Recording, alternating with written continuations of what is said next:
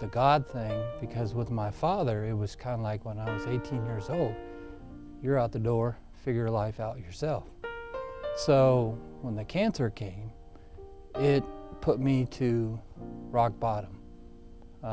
Being a professional athlete, playing baseball, you're at the top of your life, and then when that's hit you, it just changed my whole life. And I said, Lord, I'm going to be 100% with you. I don't know nothing about you, but I'm going to day to day figure you out. And at that. Welcome to Just Men, a life-changing program that resonates hope as well as encouragement. The program gives you information and inspiration for the glory of God. I am your host, Jeff Tate, and thank you for joining Just Men. On today's program, we have a very special guest and friend. Please welcome Keith Brown. Keith, welcome to Just Men. Thank you. Oh man, it's a pleasure. It's been a long time. It's been over 10 years since you and I have kind of come together on Just Men, and a lot of things have happened since then. So I want to hit the ground running, and first of all, just let you know that you add value to our program, and we're just grateful and honored for you to be on Just Men. And so without further ado, let's dive into the new Keith Brown, man. A lot of transformation, a lot of things happen in your life. So just kind of bring me up to date in terms of just some of the things that you and I talked offset about in terms of just this new outlook on life, some of the things that's happened to you, and starting with relationships. Let's start there, and some of the new relationships, and not only just from the standpoint of with people in your life and how that relationship has changed, but also your relationship with God and how that relationship has changed as well. So let's talk about relationships. For me, last time I was on the show, I was diagnosed with cancer a few years before. So I was, at the time, spiritually and relationship-wise, trying to figure out the God thing, because with my father, it was kind of like when I was 18 years old, you're out the door, figure life out yourself. So when the cancer came, it put me to rock bottom. Being a professional athlete, playing baseball, you're at the top of your life, and then when that's hit you, it just changed my whole life. And I said, Lord, I'm going to be 100% with you. I don't know nothing about you, but I'm going to day to day figure you out. And at that time, it was just relationship-wise, I was trying to figure it out. And now, with my wife now, it's been rough, but it's been wonderful because she's a Christian woman. I wasn't, through my life, I wasn't really relationship-wise looking for that soulmate, being on the same track with my wife. And since now, I am trying to work with that, knowing that it's very important in a relationship that you have the same track of, because if you don't, and if one's spiritually and the other one's not, it's not going to work. So I tell my kids now that it's very important that when you pick a relationship with a woman, make sure that you're in the same yoke. Because if you're not, it's not going to work. You can't change a person, or the person can't change you. The only person that can change you is God. Until you come to that point in your relationship, okay, I need to change. And for me, it's just been a journey for me of relationship-wise that's unbelievable now, and how I met my wife. We could talk. I mean, she's a blessing to me. Wow. What drew you, when we start talking about unequally yoked and being able to discern the people in our lives, because sometimes what draws people together is the flesh, is not necessarily the things of the spirit, especially if they've had a past of an appetite of fulfilling the flesh always and not feeding the spirit. Sometimes it's very difficult to see a person for who they really are until you're fully engaged, until you fully found out that you're unequally yoked, but initially you think you're yoked together because you got a common interest. Talk a little bit about what really drew you to your wife and what's important to keep a relationship together so you can grow in yoke in terms of understanding each other and also being in one accord. And that's what, for me, when I talk to people, I bring my baseball card up and I say, this used to be Keith Brown's life. Now I'm in God's life. And where is that going to take me? When I talk to people, like with the courtesy driving, where I taking people, and that's what my testimony is here. And with my wife, it was just talking to her, and it was just like we went to the Sounds game, and it was just like I didn't even, usually I'm locked in the game and listening, and I was more concentrating on her, talking to her, and it was just like before I knew it, the game was over and we were leaving, going our separate ways, and I was like, man, I gotta keep talking to her, it was just, I knew then she was the one, and very Christian woman, and I've never had that in my relationship, is having a Christian woman, because that was one of my 3 things in relationships was baseball. She's got to like baseball. She's got to be a Christian woman and not smoke. And so I was really determined that those 3 things had to be in a woman.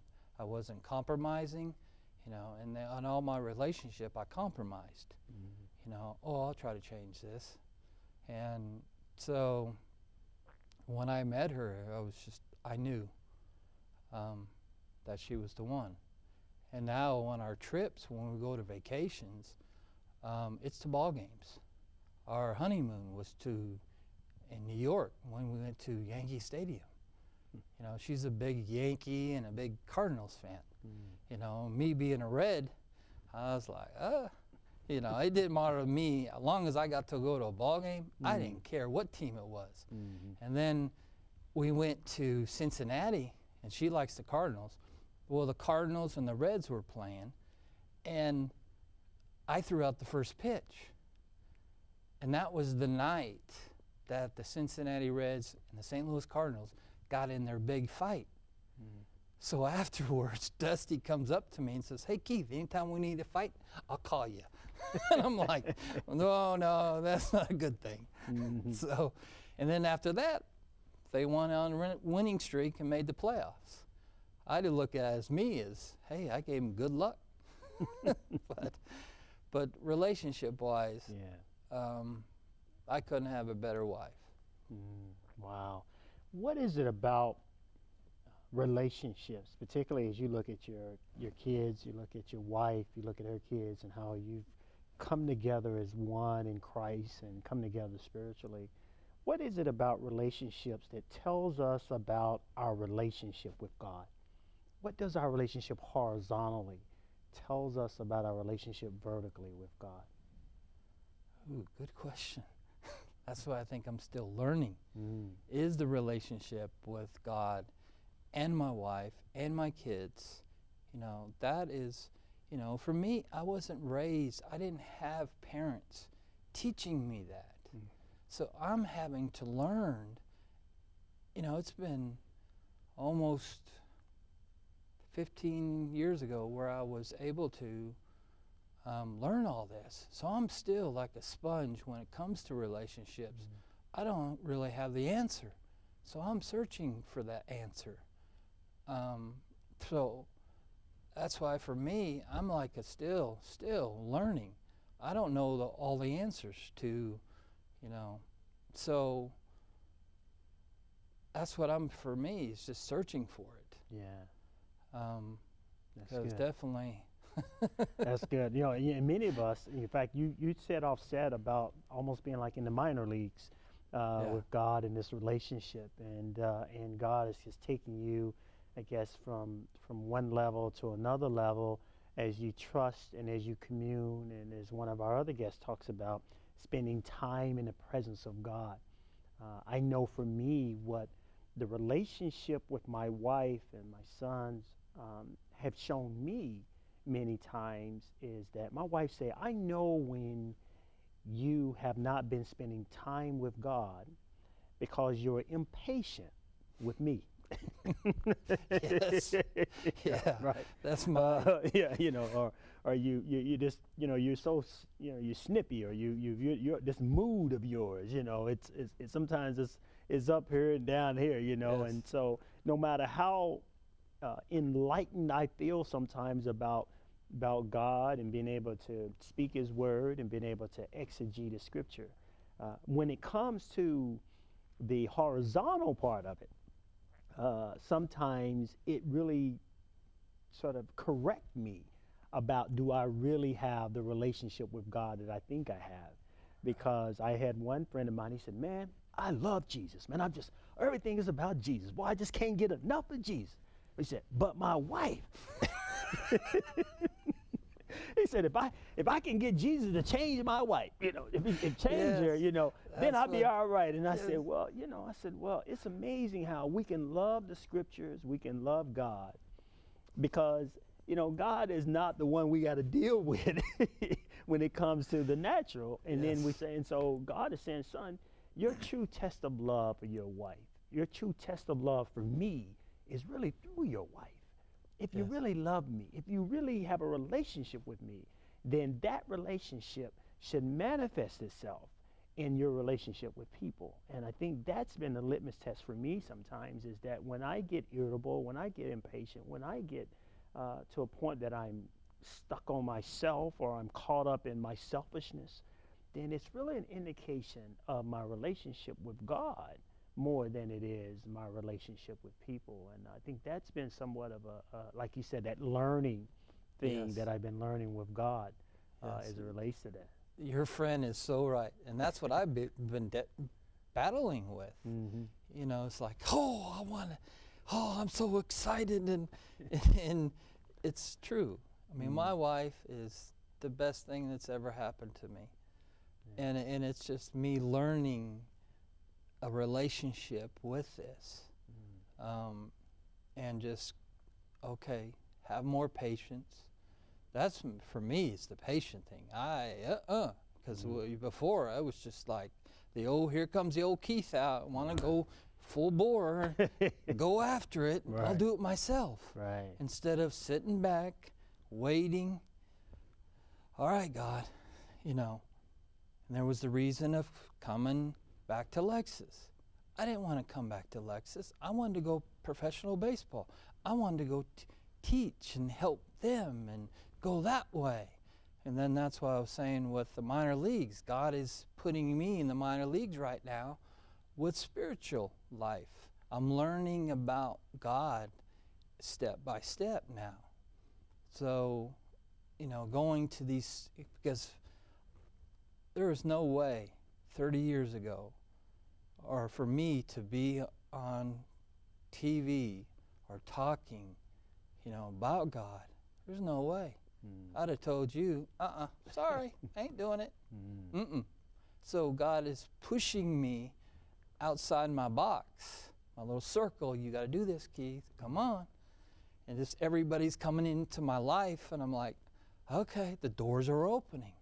It's the baseball life right now. The doors are shutting. I'm not getting that, okay, I have to go this way and learn more about God and talk about the cancer that I've went through, the prostate cancer that I went through. Because the first time we met, it was just non-Hodgkin's lymphoma.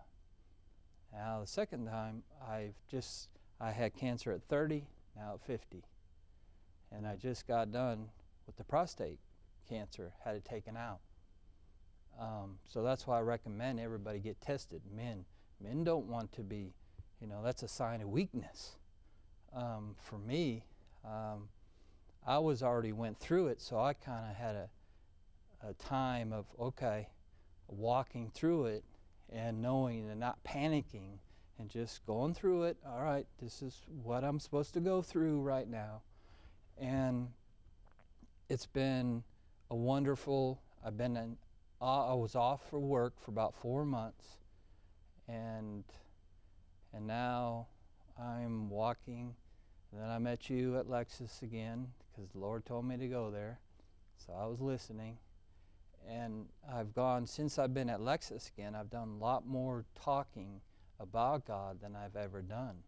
And He's opened doors for me to talk more about prostate cancer, non-Hodgkin's lymphoma that I've been through. So I'm not afraid to talk about it.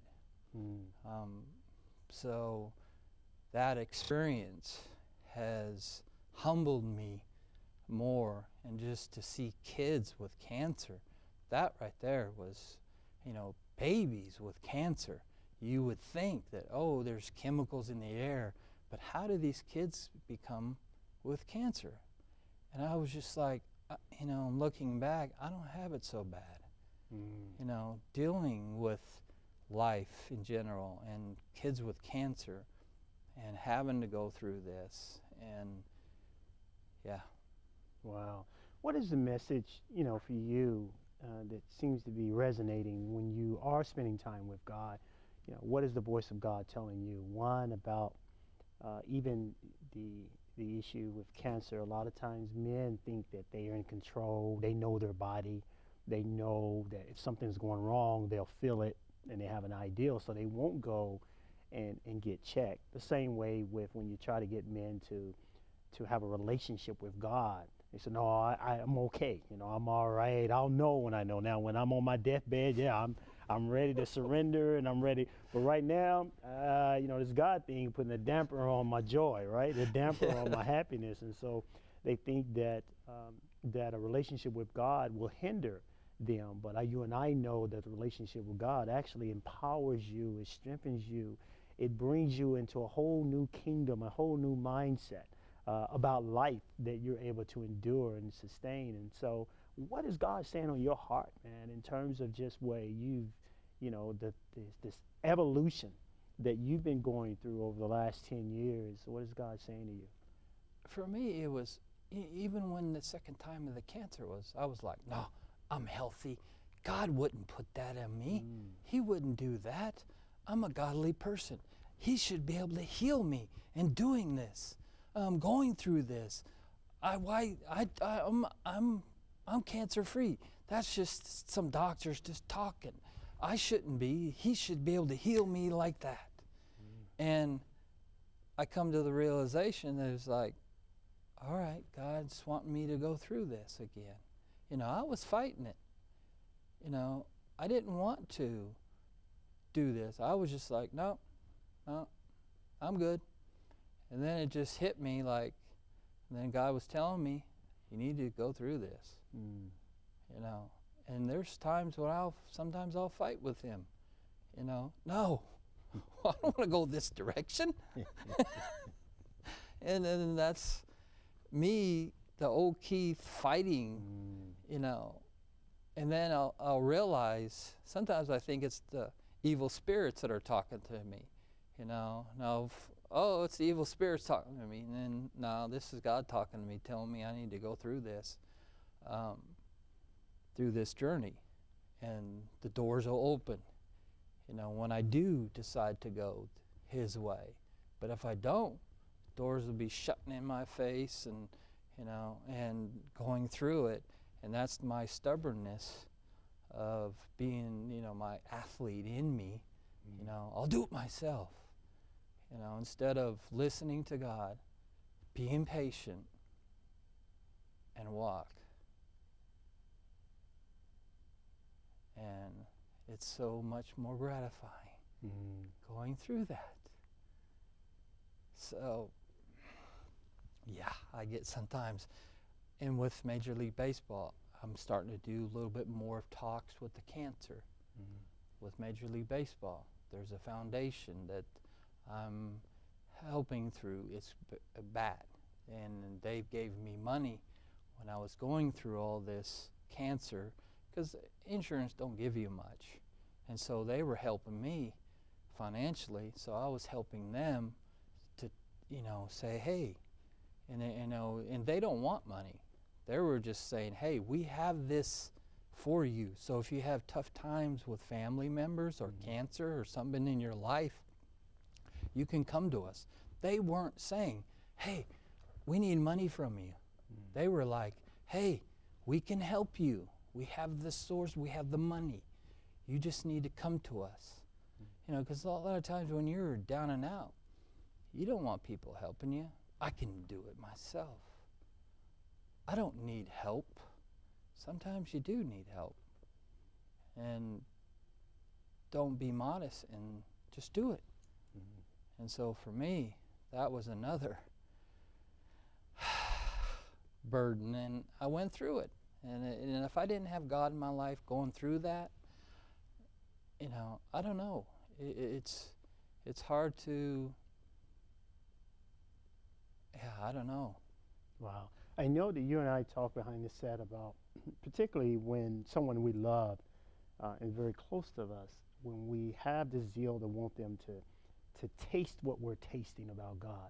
We want them to experience what we're experiencing about God. And sometimes they just don't grab it. They just don't get a hold of it. You know, they have some challenges. And then we look back in our life and go, well, wait a minute.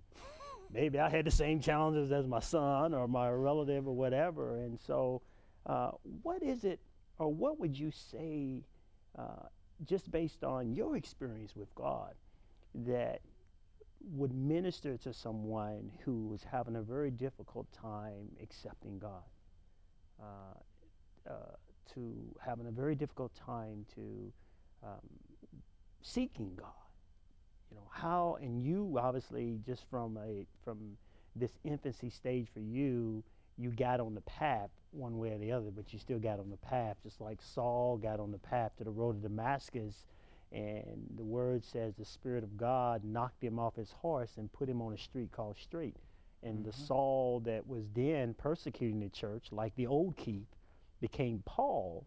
And then he began to preach the gospel, the very thing that he crucified. Now he's bringing deliverance. And it's kind of like our lives sometimes when it's changed.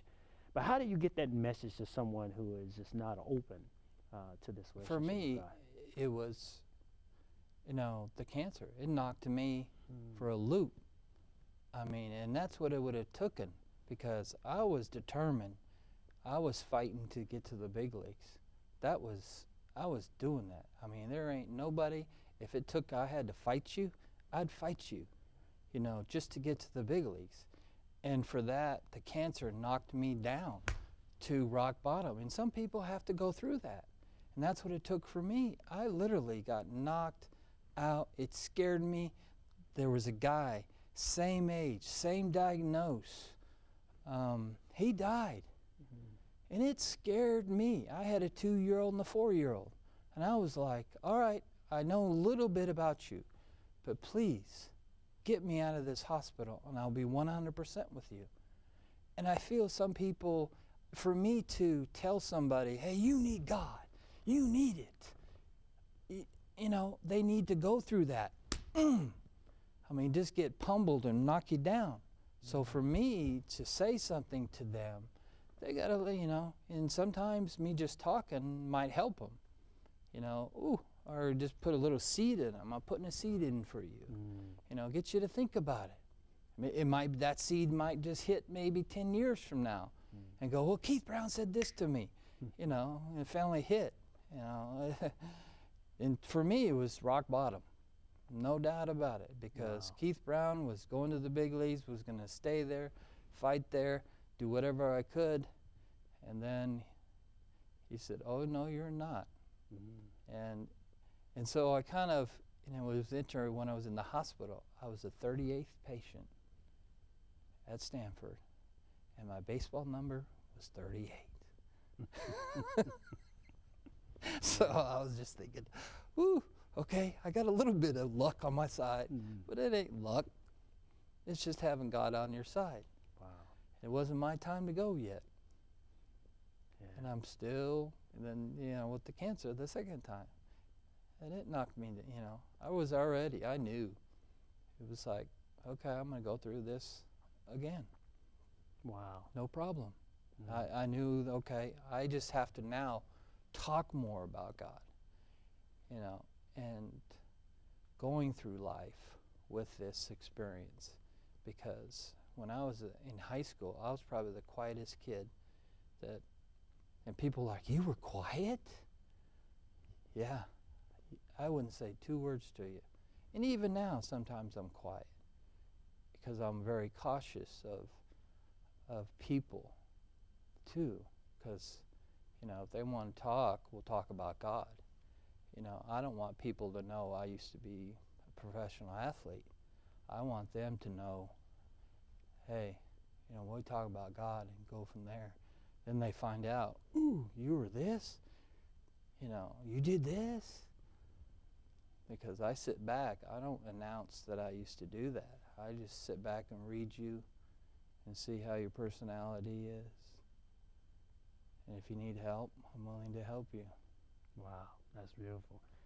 Keith, you come up, from years ago when you and I met, and how God has just touched your heart and touched your mind and touched your body, obviously, and continues to draw you into a relationship with Him. And I'm always reminded, I know Paul talks about, in Philippians, a lot of times people talk about that scripture in Philippians where he says, I can do all things through Christ who strengthens me. But the context of that, Paul was giving his first statement in that scripture 4. He says, rejoice in the Lord always. Again, I say rejoice. Let your moderation be known to all men. In other words, let your temperance be known to all men, that the Lord is at hand. He says, be anxious for nothing, but in everything, by prayer, supplication, with thanksgiving, let your requests be known unto God. And the peace of God that passeth all understanding will guard your heart and your mind through Christ, man. And I tell you, man, you've blessed me, and I got to give you the last word of encouragement, man, because you've empowered me, and I'm always blessed by your smile, by your countenance. It lets me know that you've been in the presence of God, man. And God thinks so much of you that He put His Son on the cross and says, now I have a new son, and his name is Keith Brown. Keith, last word of encouragement. I just say that, if you're not a Christian, just really go out and ask for Him, because what an experience. Oh, I'm already getting teary, but yeah. Wow. It is so, but being a Christian, not easy, because the evil spirits out there are going to fight you. That's why you got to put your armor on you, and let's go. Let's fight. But man, I'll tell you what, there's good days and bad days. It's not the perfect life. Woohoo, I got a guy in my life, let's go. No, you got battles to deal with. And people trying to knock you down. But nope, I already know. When it's my time to go, I'm ready. Wow, that's awesome, brother. That's awesome. Stay focused. Wow, Keith. Man, awesome. Yeah. Awesome.